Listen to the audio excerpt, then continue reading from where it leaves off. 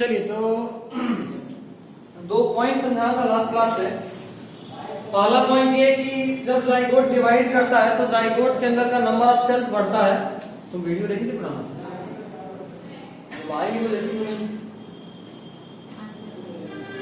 Class में गया ये सब नहीं बताना, एम्ब्रायोनिक डेवलपमेंट ये वगैरह क्या नहीं बताना। इसमें क्लीवेज क्या होता है, plus cleavage means cell division. और बोलो। गैस्ट्रिकेशन। हाँ ये सब तो हेडिंग है, तो आगे आएगा, ये तो हेडिंग है। ठीक है, अभी हमने पढ़ा कि जाइगोट जब डिवाइड करता है तो जाइगोट में नंबर ऑफ सेल्स बढ़ता है, जाइगोट में नंबर ऑफ सेल्स बढ़ता है, लेकिन इसका ओवरऑल साइज नहीं बढ़ता। इसका मतलब क्या है, यह है एक जाइगोट। क्या है? जाइगोट। जब ये जाइगोट डिवाइड करेगा तो जाइगोट में मान लो अभी एक सेल था, 2 सेल हो गया, अभी इसमें 4 सेल हो गया, अभी इसमें 8 सेल हो गया। तुम ध्यान से देखो तो जाइगोट में नंबर ऑफ सेल बढ़ा है, लेकिन जाइगोट पहले भी इतना ही बड़ा था, अभी भी उतना ही बड़ा। जाइगोट का साइज बढ़ रहा है क्या? नहीं। तो जाइगोट का साइज नहीं बढ़ रहा है, जाइगोट का साइज कांस्टेंट है, लेकिन नंबर ऑफ सेल बढ़ रहा है। इसको एक और तरीके से ऐसे भी समझ सकते हो कि सेल का साइज घट रहा है। पहले एक सेल इतना बड़ा था, अभी एक सेल सिर्फ इतना बड़ा। समझ रहे बात? तो जैसे जैसे डिवीजन होता है नंबर ऑफ सेल्स बढ़ता है, overall size of zygote constant रहता है और साइज ऑफ सिंगल सेल घटता है। Getting my point? ओके। उसके बाद नॉर्मली जो फीटस तैयार हो, जो भ्रूण तैयार हो, भ्रूण, इसको मां के गर्भ में जाके जुड़ना है।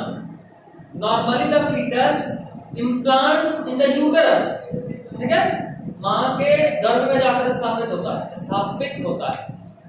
लेकिन कई बार ऐसा होता है किसी एबनॉर्मलिटी की वजह से ये जो फीटस है ये यूटेरस के बजाय किसी और जगह पे भी जाकर जुड़ गया।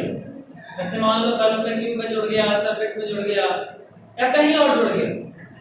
तो अगर फीटस का इम्प्लांटेशन, अगर भ्रूण की स्थापना गर्भ को छोड़कर और कहीं भी होती है तो उसको बोलेंगे एक्टोपिक प्रेगनेंसी। क्या बोलेंगे? Ectopic pregnancy. If a foetus implants itself in at any place other than uterus, then it is a case of ectopic pregnancy। Board में बहुत पूछता है। ठीक है, चलिए हेडिंग आइए ब्लास्टुलेशन। ब्लास्टुलेशन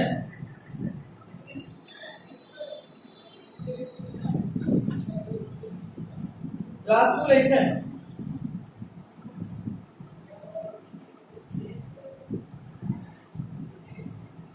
अगर आपसे पूछे कि फीटस जाइगोट में पहला डिवीजन किस जगह पे होता है, क्या बोले?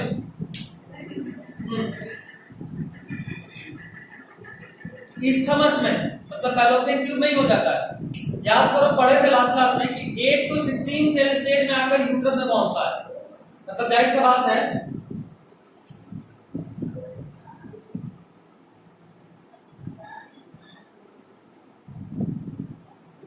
अगर हम कुछ ऐसा कर रहे हैं कि 8 to 16 सेल स्टेज में यहां पहुंच रहा है, जाहिर सी बात है यहां से डिवीजन चालू हो गया होगा और जब तक वो यहां पहुंचा वो 8 से 16 सेल स्टेज का हो चुका है और यहां पे पहुंचने के साथ वो क्या हो जाता है? इम्प्लांट हो जाता है। ठीक है, मतलब जब भ्रूण जो है यहाँ पे एक सेल का जाइगोट के फॉर्म में होता है तो इसी फैलोपियन ट्यूब में ही उसमें डिवीजन चालू हो जाता है। जोर से बोलो। वो बी है, वो एम्पुला रीजन है, हम समझ बोले।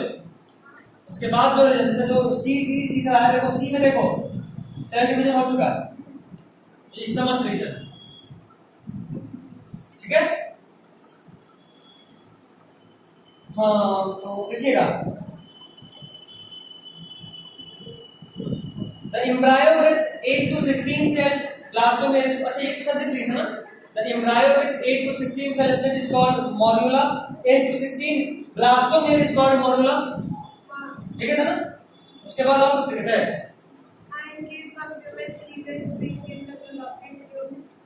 which first cleavage occurs within. ये पॉइंट देखो तो the morula continues to divide and transforms into blastocyst असल क्या है?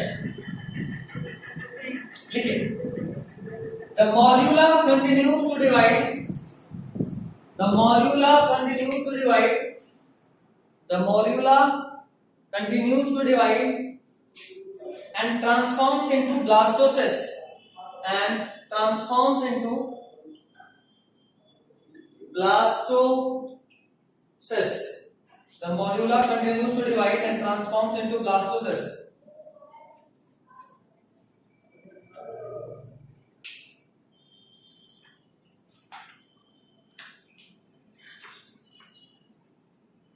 ठीक है?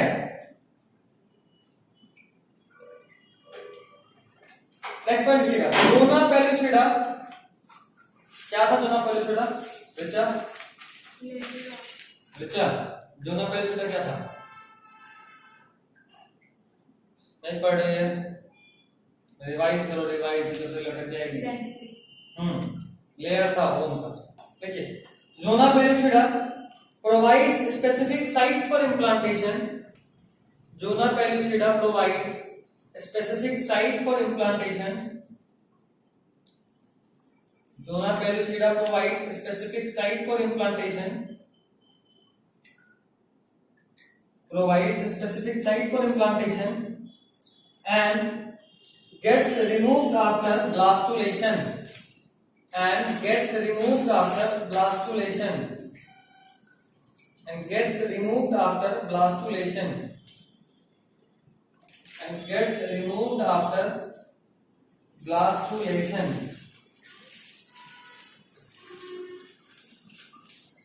जब ये सब एनसीईआरटी में है। ब्लास्टुलेशन कब है?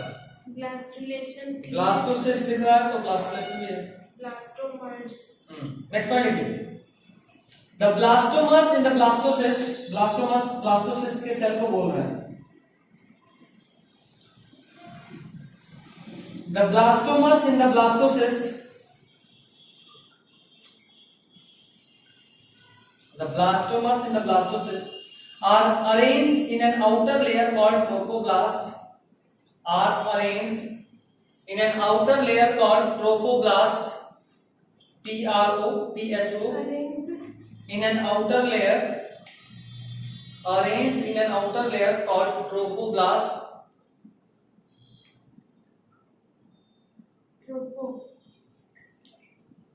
Tropho, T-R-O-P-H-O. Trophoblast and an inner group of cells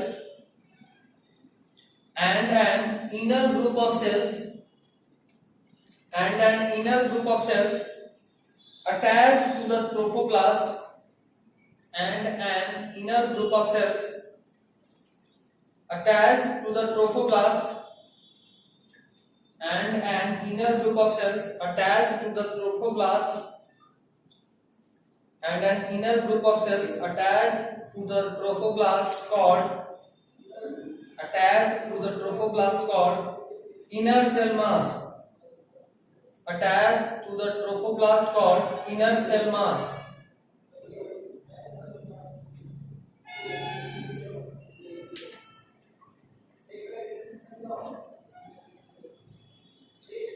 हमको एनसीईआरटी में जगह यॉर्क लिखा था। हमारे में यॉर्क सैक यॉर्क नहीं होता। यॉर्क सैक एंड यॉर्क का डिफरेंट। देखो ध्यान से देखना चाहिए हमको।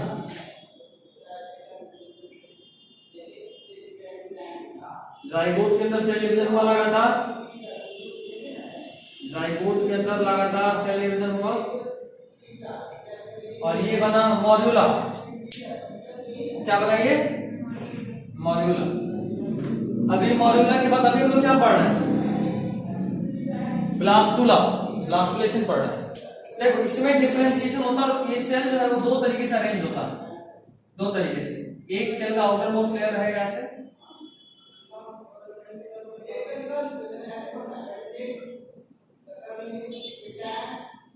सेल का आउटर मोस्ट लेयर रहा। ठीक है, देखो यही सब सेल अरेंज हो रहा है। ये जो सेल है अंदर में यही सेल अरेंज हो रहा है। तो क्या हुआ? पहले कुछ सेल ऐसे अरेंज हुआ, एक लेयर बनाया, इसी लेयर का नाम है ट्रोफोब्लास्ट। ठीक, और उसके बाद कुछ सेल इस तरह से यहां पे जमा हो जाता है।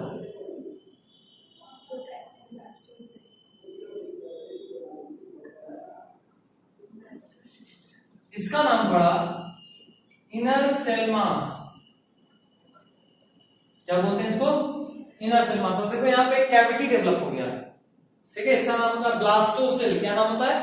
ब्लास्टोसेल। सर जी आपके सेट में नहीं, छोड़ ही देता हूँ। और इस होल को क्या कहते हैं? ब्लास्टोसिस्ट। ब्लास्टोसेल। इस होल हाँ, ब्लास्टोसेल। ये डायग्राम बना लेना। बना लो।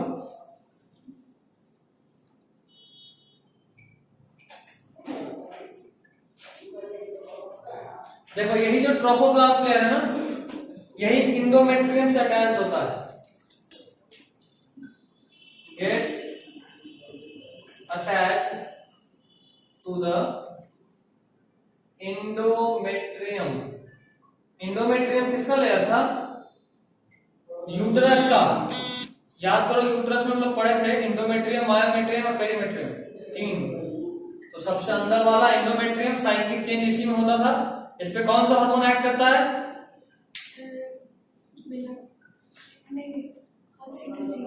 बस पूछे गड़बड़ा दिए। ऑक्सीटोसिन मायोमेट्रियम पे एक्ट करता है। इसमें साइक्लिक चेंज होता है पीरियड्स के दौरान, मेंस्ट्रुअल साइकिल के दौरान। इसी लेयर में साइक्लिक चेंजेस होता है। बहुत सारा हार्मोन काम करता है। बिल्कुल। हम मिलना तो नहीं, बहुत ज्यादा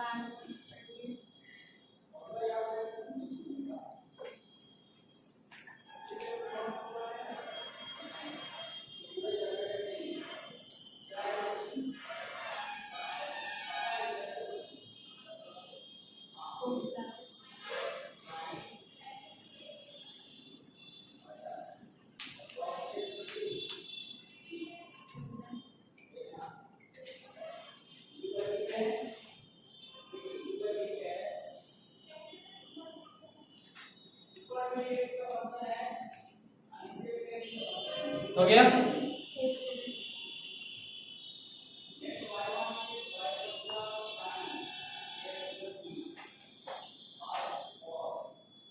समझ रही है? कोई दिक्कत हो तो पूछ लो, पूछ लिया करो, क्योंकि हम इंग्लिश में बोल रहे हैं तो हिंदी में समझना है, डिफरेंस तो है। दिक्कत पूछ लिया करो, चुप रहने से नहीं होगा।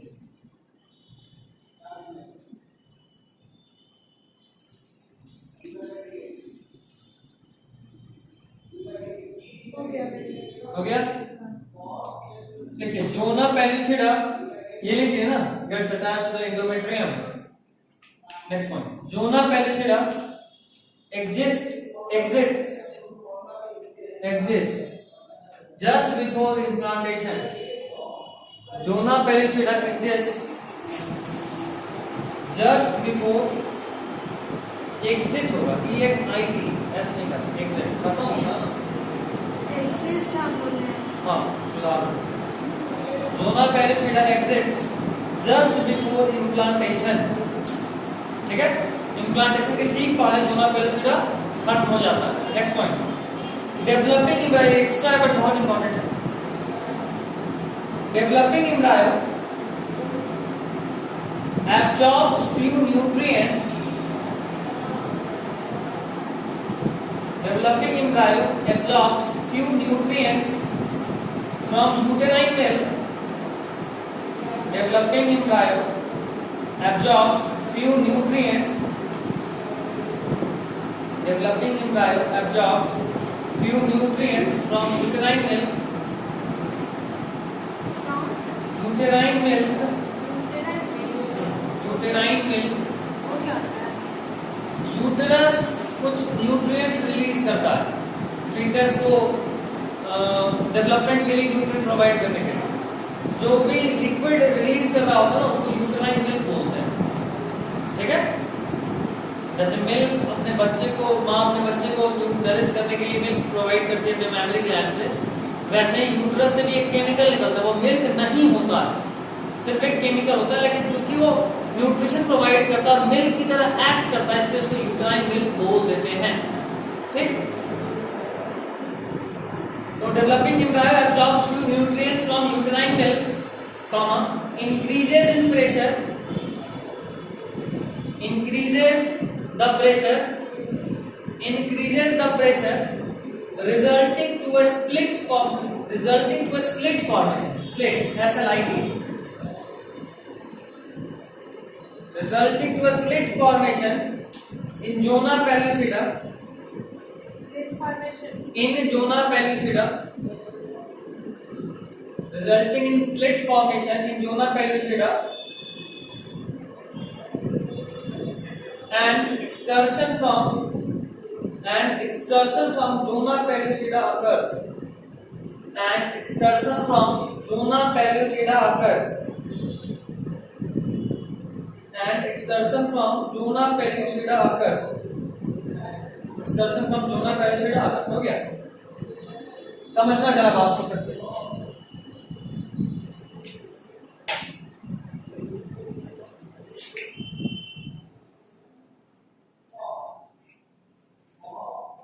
देखना जरा सब लोग, ध्यान देना। देखो क्या होता है कि अभी जो सेल्स यहाँ थे ये यूट्रस से अटैच हो गए, मान लीजिए यूट्रस का वॉल है,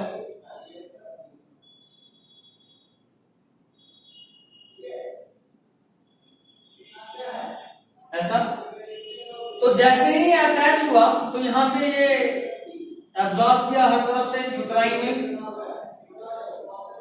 यूट्राइन मिल्क कुछ नहीं, बस एक केमिकल है जो यूट्रस रिलीज करता है इस फीटस को न्यूट्रिएंट प्रोवाइड करने के लिए। अब इससे एनर्जी लेने के बाद क्या होता है कि सारा सेल फूलने लगता है, स्वेल करता है।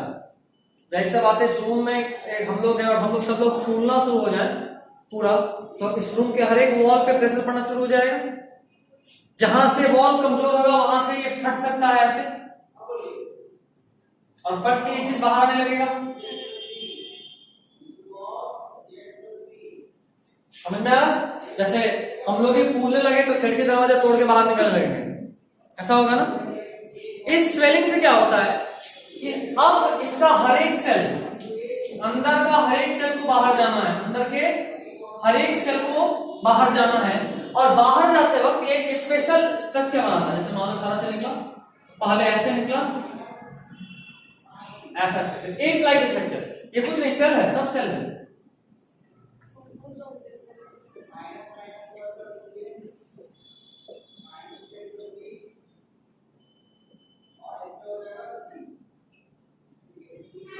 बाहर निकल जाता है। ये क्या है?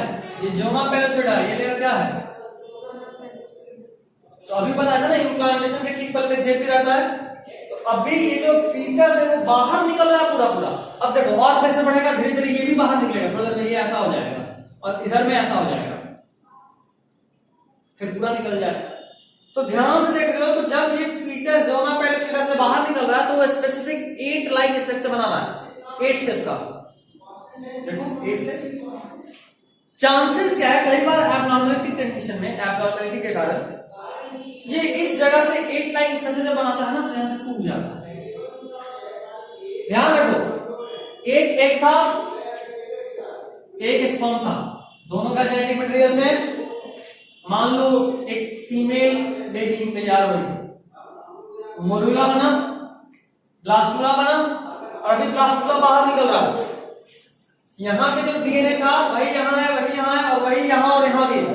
अब अगर ये टूटा तो 2 बच्चे में कन्वर्ट होगा, और क्योंकि दोनों का जेनेटिक मटेरियल सेम है, हर चीज सेम है, क्योंकि सेम स्पर्म और सेम एग से मिलकर बना है, इस तरह से जो भी बच्चा बनेगा तो ये भी फीमेल ही है, ये भी फीमेल ही है। कैसे बना भाई? दोनों के अंदर तो एक्स ही जाएगा, एक ही सेल में डिवाइड करके इतना सारा सेल बनाया है। एक मेल फीमेल भी होता है। हाँ, तो दूसरा केस ये नहीं, इसमें दोनों एग्जैक्टली सेम दिखेगा, क्योंकि सेम डीएनए है, सेम दिखेगा, एग्जैक्टली सेम होता है। जुड़वा 2 तरह का होता है, एकदम सेम शक्ल वाला भी, अलग अलग चेहरा वाला भी। तो एकदम सेम शक्ल वाला इसको बोलेंगे mono zygotic twin. Mono zygotic क्योंकि ये एक जाइगोट के डिप्लॉइड होने से बना है, क्योंकि ये एक जाइगोट के डिवाइड होने से बना है, इसलिए इसको क्या बोले? Monozygotic twin. और मोनोजाइगोटिक ट्विन में जेंडर भी सेम होगा, ये फीमेल तो ये भी फीमेल, दोनों फीमेल या दोनों मेल।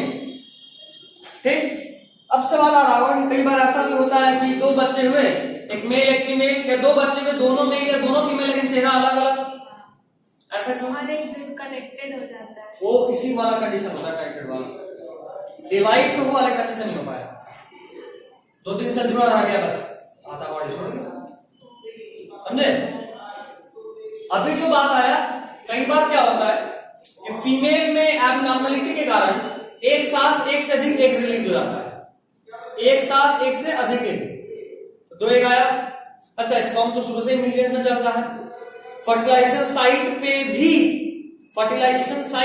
भी कम से कम 10-20 ऐसा स्पर्म होता है मिनिमम, जो कि फर्टिलाइज कर ले। तो अगर फीमेल में 2 एग आ गया तो दोनों स्पर्म, कोई 2 स्पर्म जाके फ्यूज हो जाएगा। ठीक, अभी कोई 2 स्पर्म जाके फ्यूज हुआ तो 2 बच्चे डेवलप होंगे, और एग भी अलग है और स्पर्म भी अलग है, तो डीएनए में थोड़ा डिफरेंस तो होगा।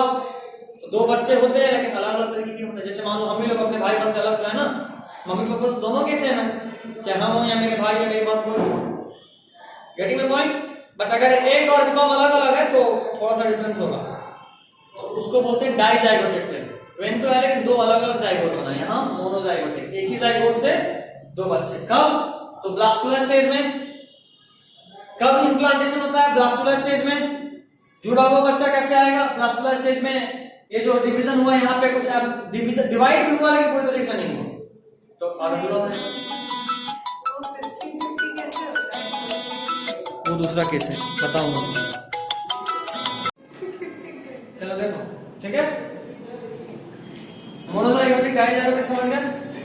अभी जो तुम्हारा है 50-50 वाला सेल एक्चुअली कैसे होता है, वो सेल डिवीजन में कमी की वजह से होता है। जेनेटिक्स से पढ़ाऊंगा तो बताऊंगा, उसमें पढ़ना है। ठीक है, जेनेटिक्स में पढ़ना है, पूरा सिम्टम बहुत अच्छे से पढ़ा डिटेल में, एग्जाम में भी खूब आता है। डायग्राम में दिया होगा, बिल्कुल लड़की जैसी दिखती है या कोई तो बिल्कुल लड़के जैसा दिखता है। डिफरेंस बताऊंगा, लक्ष्मी बॉम्ब देखे थे ना? बताऊंगा।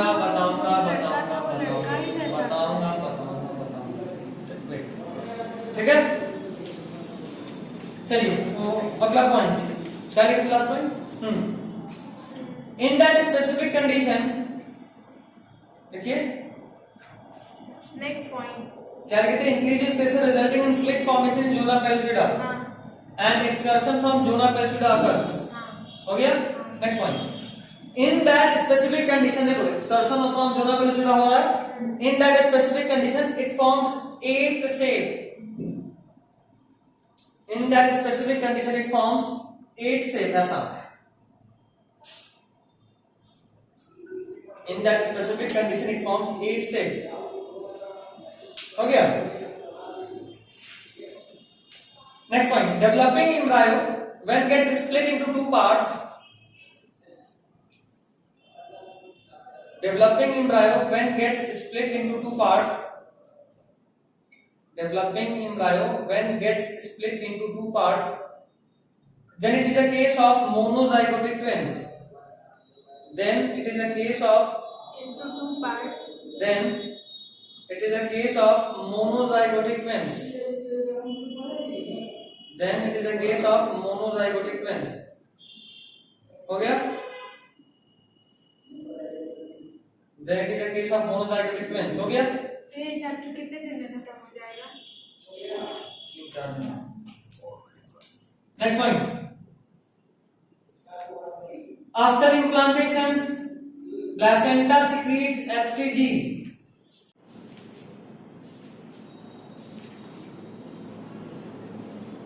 After implantation, placenta HCG.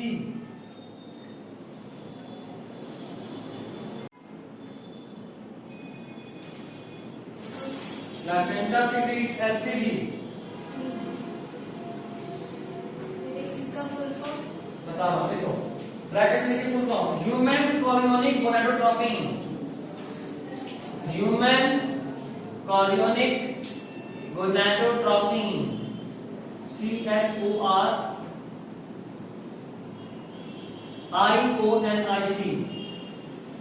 Human chorionic gonadotropin, gonadotropin, GOCHOR, CHORIONIC,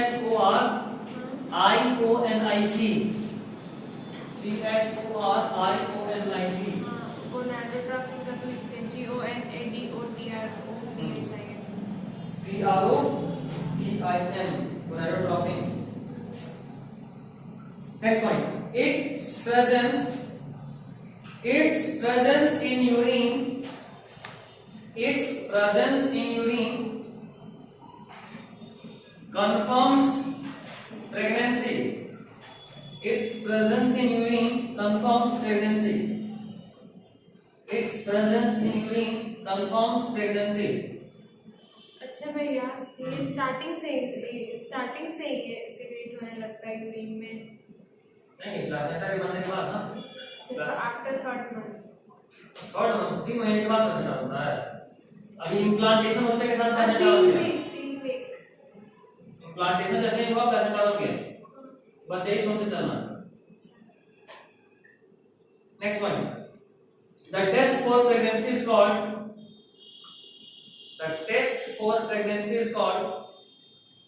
Gravidex test. The test for pregnancy is called Gravidex. GRAVIDEX. GRAVIDEX. Gravidex Test. The test for pregnancy is called Gravidex test.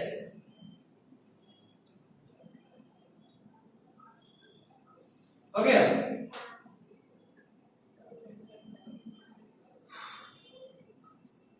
Next point देखिए,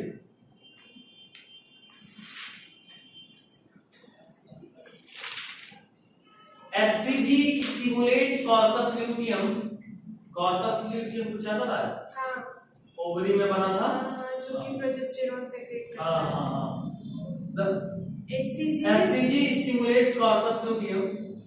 HCG stimulates corpus luteum for proper functioning.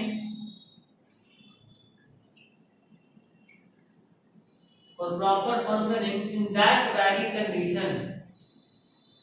Proper functioning in that condition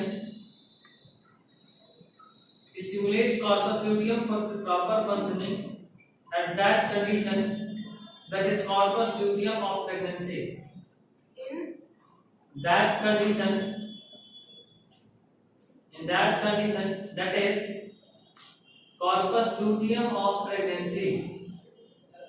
That is corpus luteum of pregnancy.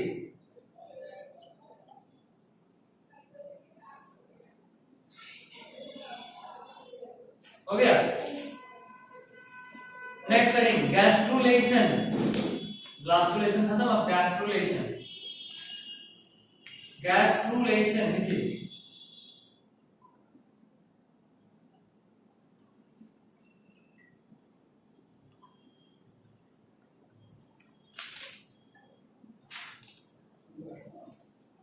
देखिए, most dynamic event of embryonic development. Most dynamic इसलिए बोल रहे हैं क्योंकि यहाँ पे बहुत ज्यादा चेंज होता है। Event of most dynamic event of embryonic development. Most dynamic event of embryonic development in which formation of 3 germ layer occurs. In which formation of 3 germ layer occurs. In which formation of 3 germ layer occurs. Okay.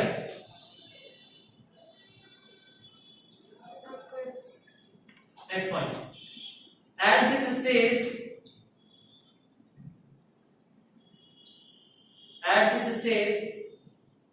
multiplication and shifting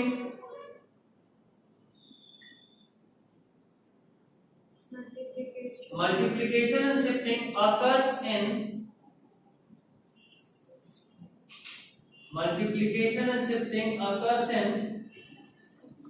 inner cell mass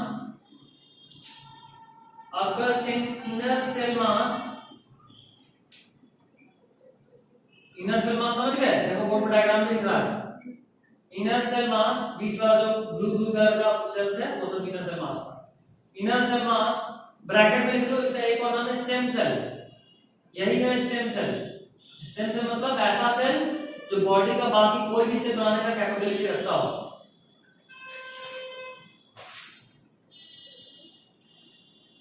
Multiplication and shifting occurs in cells of inner cell mass or stem cell for the formation of 3 germ layers. For the formation of 3 germ layers.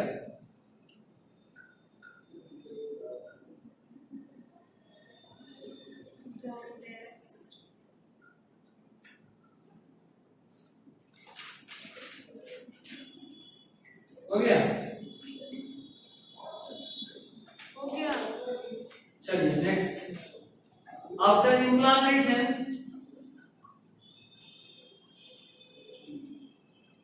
finger like projections appear on the trophoblast layer.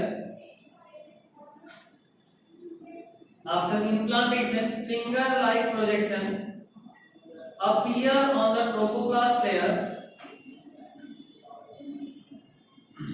After implantation, finger like projection. After implantation, finger like projection appear on the trophoblast layer. Appear on the trophoblast layer called chorionic villi. Called chorionic villi.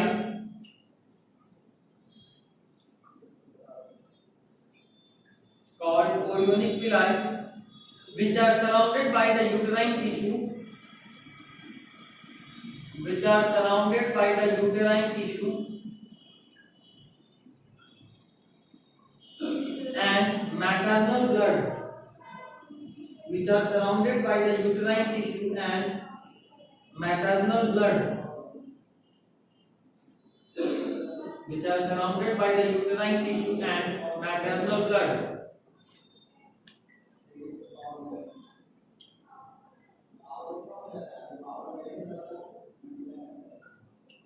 Which are surrounded by the uterine tissue and maternal blood. हो गया? Next point, अभी तक जो लिखे उसको समझे, आखिरी वाले पॉइंट को, उसके बाद सब कुछ बेकार था। आखिरी वाले पॉइंट को समझे? आखिरी वाला पॉइंट ये बोलता है कि जब इम्प्लांटेशन होता है तो ट्रोफोब्लास्ट लेयर देखो डायग्राम में दिख रहा है, बीच वाले में जो ब्लैक कलर का आउटरमोस्ट लेयर है उसको ट्रोफोब्लास्ट लेयर बोले। उस ट्रोफोब्लास्ट लेयर से फिंगर लाइक प्रोजेक्शन, आपके उंगली की तरह का कुछ निकलता है हर सेल से एक, हाँ, हर तरफ से, तो फिंगर लाइक प्रोजेक्शन निकलता है जो कि जिसका नाम है कोरियोनिक विलाई। विलाई की फिंगर लाइक प्रोजेक्शन होता है ना, चूंकि ये कोरियोन लेयर में होता है इसलिए तो कोरियोनिक विलाई बोलते हैं। कोरियोन लेयर, कोरियोन समझोगे भी आगे, रुको देख लेते हैं तुम्हारे डायग्राम में। नहीं, कोरियोन लेयर तुमको नहीं दिया होगा। कोरियोन लेयर प्लेसेंटल विलाई दिखा, नीचे डायग्राम देखो ना, फिगर 3.12 देखा, प्लेसेंटल विलाई सबसे ऊपर में दिया हुआ है, देखा? ये प्लेसेंटल विलाई जो है ये प्लेसेंटा साइड से है और इसी के साथ जुड़ा हुआ है, जो जहां पे जुड़ा हुआ है ना उसी का नाम है कोरियोनिक विलाई। तो विच आर सराउंडेड, ये पूरे यूटेराइन टिश्यू को सराउंड करता है। ये जो कोरियोनिक विलाई है ये पूरे यूटेराइन टिश्यू को सराउंड करता है और इंटरडिजिटेड मतलब आपका दोनों हाथ, मान लो दोनों हाथ में, आप दोनों हाथ में दूसरे में सटा रहे हो और हर आपका एक हाथ का उंगली दूसरे दो उंगली के बीच में है, ठीक है? समझ लो कैसे? आपका हर उंगली दूसरे वाले हाथ के दो उंगली के बीच में, ठीक? आपका हर उंगली दूसरे वाले हाथ के दो उंगली के बीच में, इसको बोलते हैं इंटरडिजिटेड। तो इसमें एक साइड में कोरियोनिक विलाई है और एक साइड में प्लेसेंटा है, दोनों ऐसे चिपक गए, समझे? ऐसे जॉइंट बनता है, ठीक है? तो क्या लिखते हैं लास्ट पॉइंट? बहुत लंबा चला after implantation finger line last word बोलो ना। मैटरनल ब्लड ठीक, अगला पॉइंट, द कोरियोनिक विलाई, इसको फिर समझाओ। The chorionic villi and uterine tissue, 3 दिन ही 2 दिन में खत्म हो जाएगा। Chorionic villi the chorionic villi and uterine tissue becomes interdigitated become interdigitated spelling बोलिए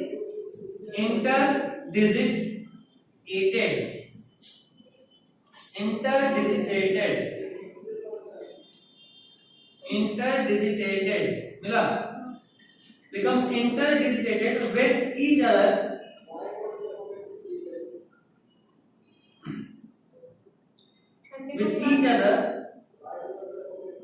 and jointly forms a structural and functional unit and jointly forms a structural and functional unit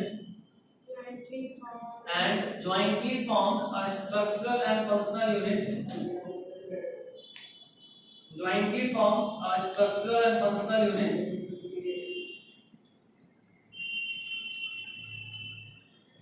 jointly forms a structural and functional unit between developing embryo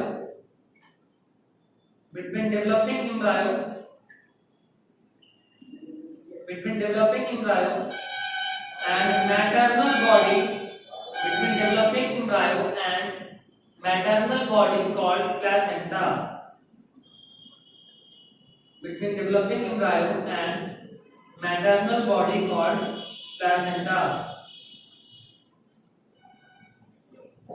And maternal body called placenta. हो गया?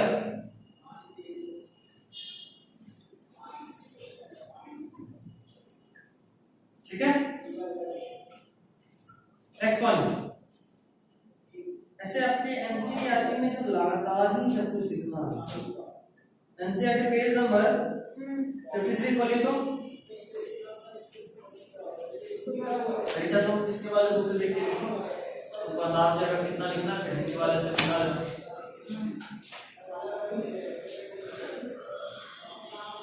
3.6 में placenta दिख रहा है।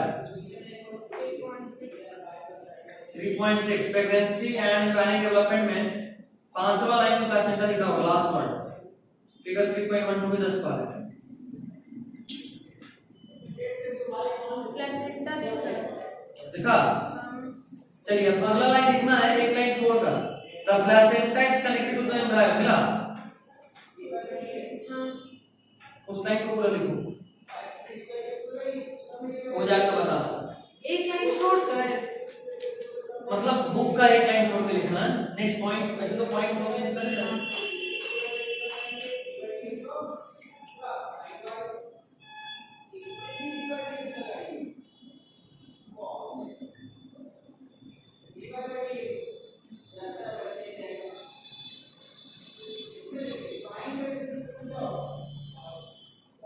Sunday को class होगा नहीं,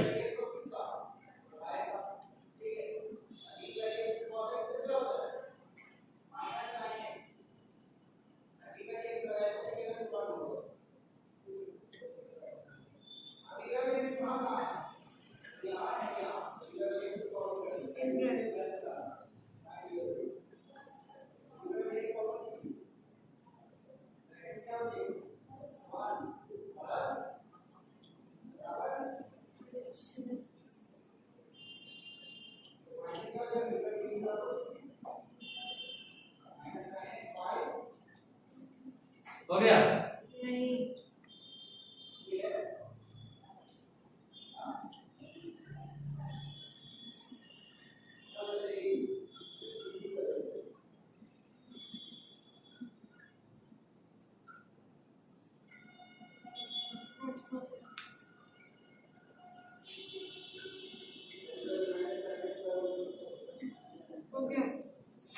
The placenta is connected to the embryo through an umbilical cord which helps in the transport of substances to and from the embryo. देखिए, चलिए आपके ऊपर वाला लाइन जो इसको स्क्रिप्ट देते वो लिखना।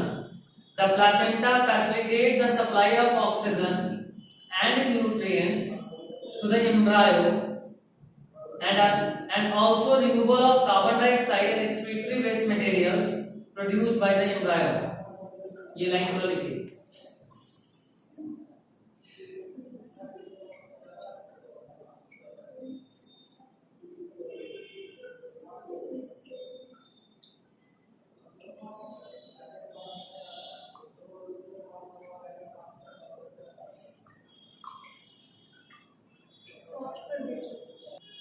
चलिए उसके बाद फिर अब जो एक पॉइंट उसके बाद वाला तो लिख लीजिए. उसके बाद वाला line, placenta also acts as an endocrine tissue and produces several hormones like HCG, HPL, estrogen, progesterone.